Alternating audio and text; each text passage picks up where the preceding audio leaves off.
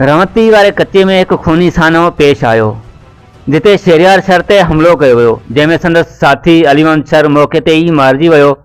Shahryar sir मौजाने तौर महफूज़ रहियो, पर उन हमले पोयां केरु हो?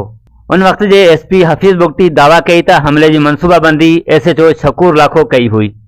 पर छा वाक़ई शकूर लाखो हिन हमले में मुलवस आहे?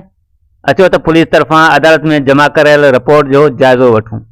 SHO हाले पोटो अदालत में जमा कयल पंहिंजी रिपोर्ट में ॼाणायो आहे त जवाबदार अब्दुल शकूर लाखो ऐं ॿियनि जवाबदारनि जी डेटा ऐं report director general Punjab forensic science agency Lahore खां हासिल कई आहे, जंहिंमें सवाइ जवाबदारनि जा नाला सेव हुजण जे को बि सबूत जेको जवाबदार अब्दुल शकूर खे ॾोह सां ॻंढे न मिलियो आहे। शकूर लाखो जो ॾोह सां को बि कनेक्शन साबित कोन थियो आहे ऐं हू हिन केस में बेॾोही आहे। अदालत में जमा कयल रिपोर्ट में अमन खान जे हवाले सां ॼाणायो आहे त अमन खान सीलरो ॾेखारियल ॾोह वारी तारीख़ ते गैर जानबदार शाहिदनि सां गॾु हो। अमन खान सीलरो शहरियार शहर जो सियासी मुखालिफ़ आहे, जेको सूबाई असेंबली में लोकल इलेक्शन जे वोटनि में जाम महताब ॾेर जी वर्क ऐं सपोर्ट कंदो आहे, जंहिं ज़िदियत जे करे फरियादी FIR में ॾेखारियल शाहिद साबिक़ MPA शहरियार खान शर जे चवण ते अमन खान सीलरे जो नालो ॾिनो आहे, जेको फरियादी जी ॾेखारियल ॾोह वारी तारीख़ ते गैर जानबदार शाहिदनि सां गॾु हो।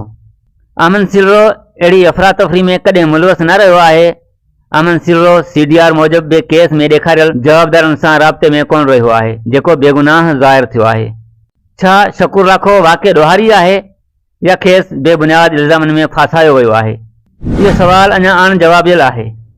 हीउ वाक़ियो सिर्फ़ु हिकु शख़्स ते हमिलो न आहे, पर हिकु इलाइक़े जे अमन इंसाफ़ ऐं एतमाद ते बि वॾो असरु विझे थो। असांखे हिन कहाणी ते नज़र रखणी पवंदी।